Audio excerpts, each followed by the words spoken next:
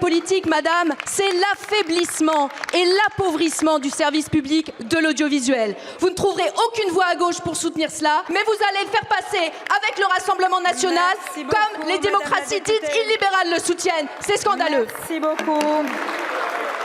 Monsieur le Premier ministre, le gouvernement vient d'inscrire à l'ordre du jour la proposition de loi de fusion des médias publics pour créer une nouvelle strate administrative, plongeant nos médias dans une longue, difficile et coûteuse réforme de gouvernance, alors que nous nous trouvons dans un contexte international catastrophique où l'accès à l'information est tout à fait crucial pour les citoyens. La politique belliciste de la Russie ne se limite pas à la guerre en Ukraine, elle s'étend à une guerre informationnelle contre la France et l'Europe. Vladimir Poutine finance allègrement des campagnes de désinformation, déstabilisant nos démocraties ou inversant la responsabilité qui est la sienne dans l'invasion de l'Ukraine. Les pratiques d'Elon Musk ne font qu'aggraver cette guerre de l'information et hier, la folie autoritaire de Donald Trump s'est attaquée aux médias publics américains à l'étranger. Vladimir Poutine et Elon Musk peuvent par ailleurs compter sur des alliés intérieurs.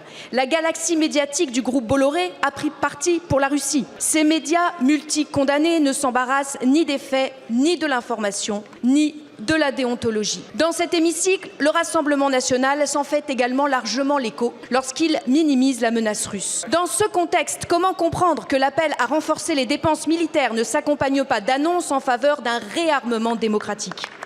À la place de la réforme dangereuse de gouvernance de l'audiovisuel public, nous avons besoin d'investir dans l'information et le reportage.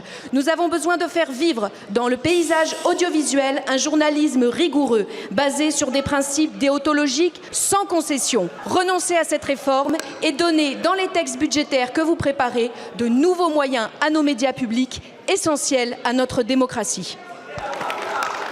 Je ne comprends pas votre opposition, Madame la députée, à cette réforme de l'audiovisuel public. Nous poursuivons le même objectif. Nous voulons préserver, protéger cet audiovisuel public dont les forces sont aujourd'hui très dispersées. Mais aussi, je le rappelle, c'est ce gouvernement, et vous le savez bien, qui a sanctuarisé le mode de financement de l'audiovisuel public qui devait disparaître au 1er janvier 2025. C'est ce gouvernement ou son prédécesseur qui l'avait extrêmement fragilisé. Votre politique, madame, c'est l'affaiblissement et l'appauvrissement du service public de l'audiovisuel. Vous ne trouverez aucune voix à gauche pour soutenir cela, mais vous allez le faire passer avec le Rassemblement national, comme les démocraties dites illibérales le soutiennent. C'est scandaleux. Merci beaucoup.